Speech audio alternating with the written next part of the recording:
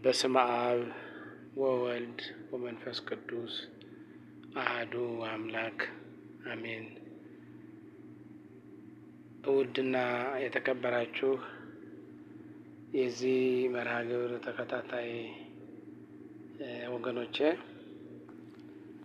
እንደምን ዋላችሁ? እንደምን ሰነበታችሁ? ለቸርነቱ ወሰን ደንበር የሌለው ልዑል አምላካችን እግዚአብሔር ከማንኛውም ክፉ ነገር ሁሉ ጠብቆ በእድሜያችን ላይ እድሜ ጨምሮ ለዚህ ዕለትና ለዚህ ሰዓት ስላደረሰን ስሙ የተመሰገነ ይሁን። ባለፈው ትምህርታችን የበሽታ መንስኤ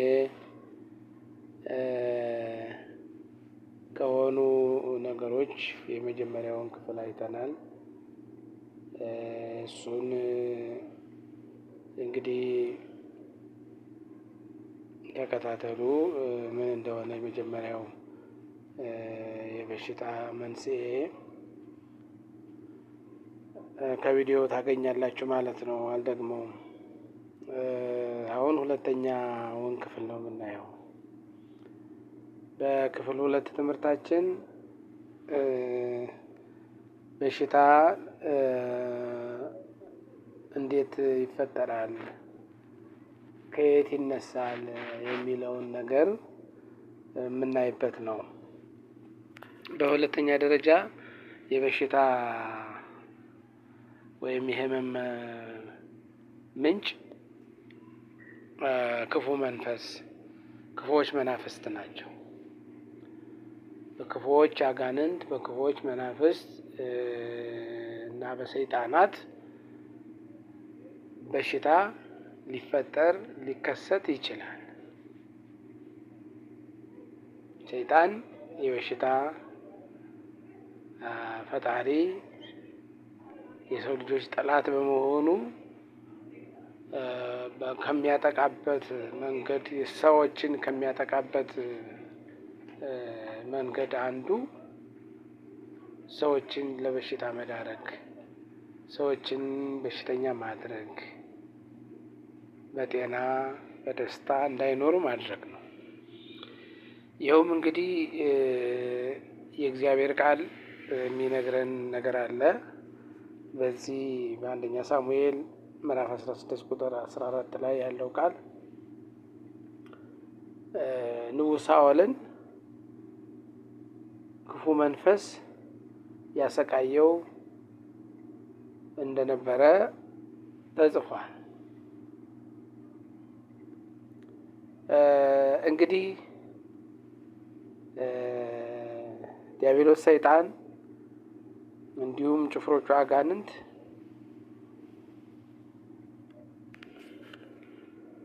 ለሰው ልጅ የበሽታ ምንጭ ናቸው እና ሰይጣን ስልጣን ተሰጥቶታል። ከእግዚአብሔር ስልጣን ተሰጥቶታል። ስልጣኑን ግን ለክፉ ነገር ነው የተጠቀመበት፣ ለመልካም አልተጠቀመበትም። ባለስልጣን ሆኖ እንዲኖር እግዚአብሔር ፈጥሮት ነበረ። ነገር ግን ስልጣኑን ለክፉ ተጠቅሞበታል። ክርስቶስንም ራሱ ፈትኖታል። በዚህ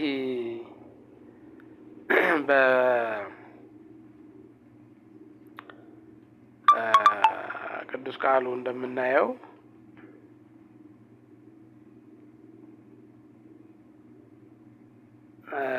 በሉቃስ ወንጌል ምዕራፍ 4 ቁጥር 6 ላይ ምንድን ነው? ዲያብሎስ ረዥም ወደሆነ ተራራ አውጥቶ የዓለምን መንግስታት ሁሉ በቅጽበት አሳየው። ዲያብሎስም ይህ ስልጣን ሁሉ ክብራቸውም ለእኔ ተሰጥቷል፣ ለምወደውም ለማንም እሰጠዋለሁና ለአንተ እሰጥሃለሁ።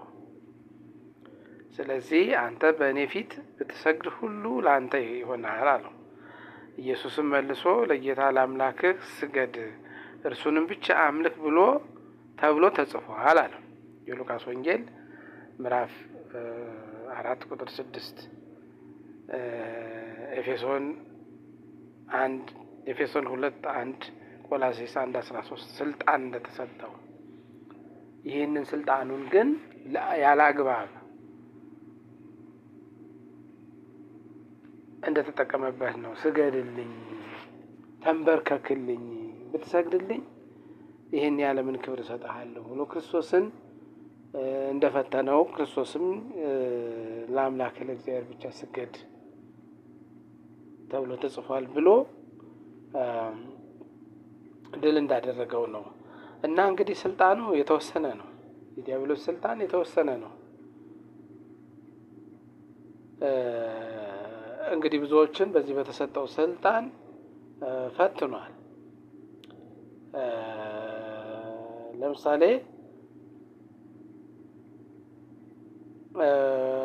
ለምሳሌ በአንደኛ ነገሥት ምዕራፍ 22 ቁጥር 20 ላይ እንዲሁም ኢዮብ 1:12 ኢዮብ 2:6 ላይ ኢዮብን እንደፈተነ ንጉሱንም በዚህ በአንደኛ ነገሥት ምዕራፍ 22 ቁጥር 20 ላይ እንዴት እንደፈተናቸው የምናነበው ነው። መጽሐፍ ቅዱሱ ላይ ቃሉን አንብቡት እና ውስን ነው ስልጣኑ፣ ግን ያችኑም ለክፋት ነው የሚጠቀምባት። አንዳንድ ሰው ኃላፊነት ሲሰጠው ስልጣን ሲሰጠው መከራ ነው። ሰው ያሰቃያል፣ አካባቢ ያሰቃያል። ዲያብሎስም በተሰጠው ስልጣን ለጥሩ ነገር አይደለም፣ ሰዎችን ለመጥቀም አይደለም፣ ሰዎችን ለመጠበቅ አይደለም፣ ሰዎችን በቃ ችግር ውስጥ ለመጣል፣ በሽታ ውስጥ ለመጣል፣ ሰውን ማጎሳቆል ነው። ምክንያቱም ሰይጣን ራሱን የቻለ ክፉ ስለሆነ በተፈጥሮ ለሰው አያዝንም፣ አይራራም። ያችን እግዚአብሔር የሰጠውን ትንሽ ስልጣን ሰዎችን ለመጉዳት ነው የሚጠቀምበት። በሁለተኛ ደረጃ የጨለማ ዓለም ገዥም ተብሏል። የጨለማው ዓለም ገዥም ተብሏል። ከእንግዲህ ወዲህ ከእናንተ ጋር ብዙ አልናገርም፣ የዚህ ዓለም ገዢ ይመጣልና በእኔ ላይም አንዳች የለውም ብሏል ጌታችን መድኃኒታችን ኢየሱስ ክርስቶስ በዮሐንስ ወንጌል 14:30 ላይ። የጨለማ ዓለም ገዢ ነው እሱ። ይሄ የጨለማ ዓለም ገዢ ሰይጣን ክርስቶስንና ተከታዮችን ይጠላል። እዚያው በዮሐንስ ወንጌል ምዕራፍ 15 ቁጥር 18 ላይ አያችሁ፣ ይጠላል። ለሰው ልጅ ክርስቶስንና ክርስቲያኖችን የክርስቶስ ተከታይ የሆኑትን አጥቆ ነው የሚጠላው። ደግሞ ክፉ ነው፣ ምሕረት የለውም፣ ርኅራኄም የለውም። እንዲህ ለሕፃን የሚያዝን፣ ለሽማግሌ የሚያዝን፣ ለማንም የሚያዝን አይደለም፣ ክፉ ነው። ቅዱስ ኤፍሬምም በረቡዕ ውዳሴ ማርያም እኮ ሰይጣን በእውነት ክፉ መሆኑን፣ ምሕረት የሌለው መሆኑን በረቡዕ ውዳሴ ማርያም የገለጸው ነገር አለ። ምን ይላል?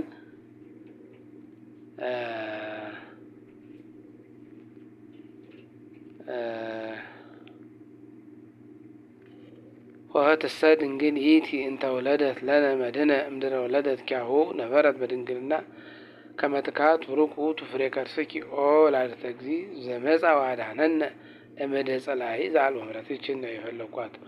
ኦ ወላዲተ እግዚእ ዘመጽአ ወአድኀነነ እምእደ ጸላኢ ዘአልቦ ምሕረት። አያችሁ፣ እምእደ ጸላኢ ዘአልቦ ምሕረት። ኢየሱስ ክርስቶስ ወደዚህ ምድር የመጣው ምሕረት የሌለው ጠላት፣ ምሕረት ከሌለው ጠላት እጅ ሊያድነን ነው። ዘመጽአ ወአድኀነነ እምእደ ጸላኢ ዘአልቦ ምሕረት። ምሕረት የለው፣ ቸርነት የለው፣ ርኅራኄ የለው፣ ሰውን በተለያየ ነገር ማጥፋት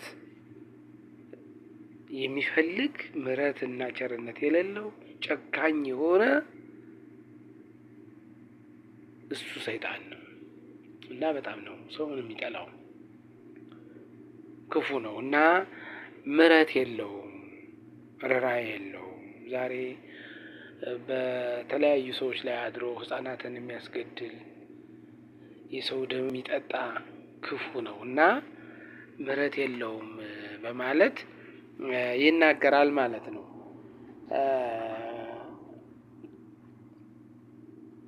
እንግዲህ ይሄ የአጋንንት መንፈስ፣ የሰይጣን መንፈስ፣ የዲያብሎስ መንፈስ ደረጃ አላቸው እና ደረጃቸው አይነታቸው ብዙ ነው። ቅዱስ ጳውሎስ በኤፌሶን ምዕራፍ 6 ቁጥር 12 ላይ ገልጿቸዋል። አለቆች፣ ስልጣናት፣ አጋይስት፣ የጨለማ ዓለም ገዢዎች፣ በሰማያዊ ስፍራ ካሉ ክፉዎች መናፍስት እያለ ይገልጻቸዋል።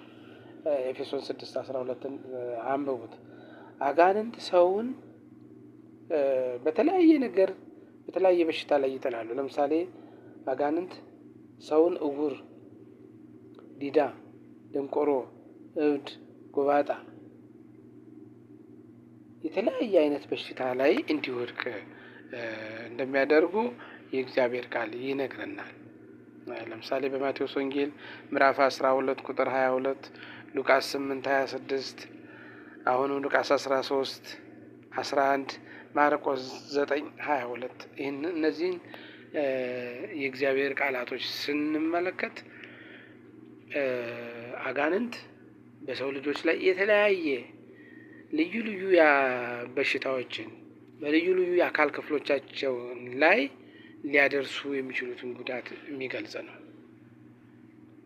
እና እንግዲህ የተለያየ አይነት በሽታ የሚመጣው ከዚህ ነው። አጋንንት በጣዖት ቤት ይገኛል። ጣዖትን የሚያመልኩ እግዚአብሔርን ትተው የሚኖሩ አምላክ የሌላቸው ጣዖትን የሚያመልኩ እንግዲህ በእነሱ ውስጥ ሰይጣን ይገኛል ወይም አጋንንት አለ። አንደኛ ቆሮንቶስ 10:20 ራዕየ ዮሐንስ 9:20 ላይ ስናነብ ይሄን እናገኛለን። ሌላው ብዙ መናፍስት በአንድ ሰው ላይ ሊያድሩ በእንስሳትም ላይ ሊገቡ ይችላሉ። አንድ ሰው አንድ አጋንንት አንድ ሰይጣን ብቻ አይደለም የሚያድርበት፣ ብዙ ሊያድርበት ይችላል። በማርቆስ 5:9 ላይ ያለውም ቃል ማንበቡ በቂ ነው። ብዙ የተለያዩ አይነት ርኩሳን መናፍስት በአንድ ሰው ላይ ሊያድሩ ይችላሉ። ችግር ነው። እግዚአብሔር ይጠብቀን እንጂ ከባድ ነው ወገኖች። ጠላታችን ከባድ ነው፣ ረቂቅ ነው። በቤተ ክርስቲያን ገብተው ሰዎችን ሊያታልሉ ይሞክራሉ፣ ሊያስቱ ይሞክራሉ። አንደኛ ጢሞቴዎስ ምዕራፍ 4 ቁጥር 1 ላይ በኋለኛው ዘመን እርኩሳን መናፍስት በሰው ላይ ምን ሊያደርጉ እንደሚችሉ ሐዋርያው ቅዱስ ጳውሎስ ጽፎታል፣ አስቀምጦታል። አንብቡት። ነገር ግን ተሸናፊ ነው ይሄ እርኩስ መንፈስ። ጠንክሮ ለሚታገለው በጽናት ለቆመ ሰው ተሸናፊ ፍጡር ነው፣ ደካማ ፍጡር ነው። ክርስቶስ ሰይጣንን አሸንፎ አስሮ ከብዙ ሰዎች ላይ አጋንንትን አውጥቷል፣ ርኩሳን መናፍስትን አባረዋል። ማቴዎስ ወንጌል ምዕራፍ 12 ቁጥር 28 ላይ እንመልከተው። እንደገና መድኃኒታችን ኢየሱስ ክርስቶስ ለተከታዮቹ ለ12 ሐዋርያት ለደቀ መዛሙርቱ እንዲሁም ለ72 አርድእት አጋንንትን እንዲያወጡ፣ አጋንንትን እንዲያባረሩ፣ ድውያንን እንዲፈውሱ፣ ለምጻሞችን እንዲያነጹ፣ ሙታንን እንዲያነሱ ስልጣን ሰጥቷቸዋል። በሉቃስ ወንጌል ምዕራፍ 9 ቁጥር 1፣ ሉቃስ 10:17 ላይ ይህንን ነገር እናገኛለን። አጋንንትን እንዲያስወጡ፣ እንዲያባረሩ፣ በአጋንንት የተያዙትን የበሽተኞቹን ልዩ ልዩ በሽታ ያለባቸውን ሁሉ እንዲፈውሱ ስልጣን ሰጣቸው። ያ ስልጣን የኛ ነው። ያ ስልጣን የቤተ ክርስቲያን ነው። ዛሬ የሚሰራ ነገ የሚሰራ እስከ ዓለም ፍጻሜ ድረስ ይሰራል። እውነተኛ አባቶች፣ እውነተኛ ክርስቲያኖች ካሉ ማለት ነው። ምዕመናንም በመንፈስ ቅዱስ እየተመሩ ሊያወጣቸው ይችላሉ። አንድ ምዕመን በክርስቶስ ካመነ አጋንንትን ማውጣት፣ አጋንንትን ማባረር፣ በአጋንንት ቁራኝነት የተያዘውን በሽተኛ መፈወስ ይችላል ነው። አንደኛ ቆሮንቶስ 12:10፣ አንደኛ ዮሐንስ መልእክት ምዕራፍ 4 ቁጥር 1፣ ማርቆስ 16:17 አንድ ሰው ከጋኔን ቁራኝነት ከዳነ በኋላ ሕይወቱን እንዴት ነው መምራት ያለበት? በእግዚአብሔር መንገድ በእግዚአብሔር መንፈስ ነው ሊመራ የሚገባው። ያለበለዚያ ግን አንድ ሰው ክርስቶስ ከአጋንንት ቁራኝነት አውጥቶት እያለ ልጁ አድርጎት እያለ ከእግዚአብሔር መንገድ አንድ ሰው ካወጣ አጋንንት ተመልሰው ነው የሚመጡት። ብዙ ቁጥር ያላቸው ሆነው ወደ አንድ ሰው መጥተው ሊያድሩበት ሊሰፍሩበት እንደሚችሉ ይናገራል። ማቴዎስ 12:43 ላይ እንደ ንብ ነው መጥተው የሚሰፍሩት። ንብ አሁን በጣም ተቆጥሮ አያልቅም ማለት ነው። አጋንንትም በአንድ ሰው ላይ ከእግዚአብሔር መንገድ ከወጣ በእግዚአብሔር መንገድ የማይኖር ሰው የአጋንንት ማደሪያ ነው የሚሆነው። እንደ ንብ ልዩ ልዩ ኃጢአት የሚያሰሩ ልዩ ልዩ በሽታ በልዩ ልዩ በሽታ ላይ እንዲወድቅ የሚያደርጉ ብዙ እርኩሳን መናፍስት በአንድ ሰው ላይ ሊያድሩ ሊገቡ ይችላሉ። ጌታ ነው ይህን የተናገረው። የጌታ ቃል ደግሞ እውነት ነው። ስለዚህ የበሽታ መንስኤያችን ለልዩ ልዩ በሽታ የሚዳርገው አንዱ ሰይጣን ነው። እርኩሳን መናፍስት አጋንንት ናቸው። ይህን ልናውቅ ይገባል። ዛሬ በዓለም ላይ ብዙ አይነት በሽታ ብዙ አይነት ደዌ ነው ያለው። ግን በሽታው ከምን እንደመጣ አናውቀው። እንዲያመመኝ እንዲቆረጠኝ እንዲፈለጠኝ ነው የምንለው። ነገር ግን የበሽታችን መንስኤ ማን ነው? በምን ምክንያት ልንታመም ቻልን? በሽተኛ ልንሆን ቻልን ብለን የበሽታችን መንስኤ ማወቅ አለብን። ምክንያቱም የበሽታችን መንስኤ ማወቅ የሚያስፈልገው ለምንድን ነው? ለመዳን መንስኤውን ማወቅ ትልቅ ነገር ነው። የአጋንንት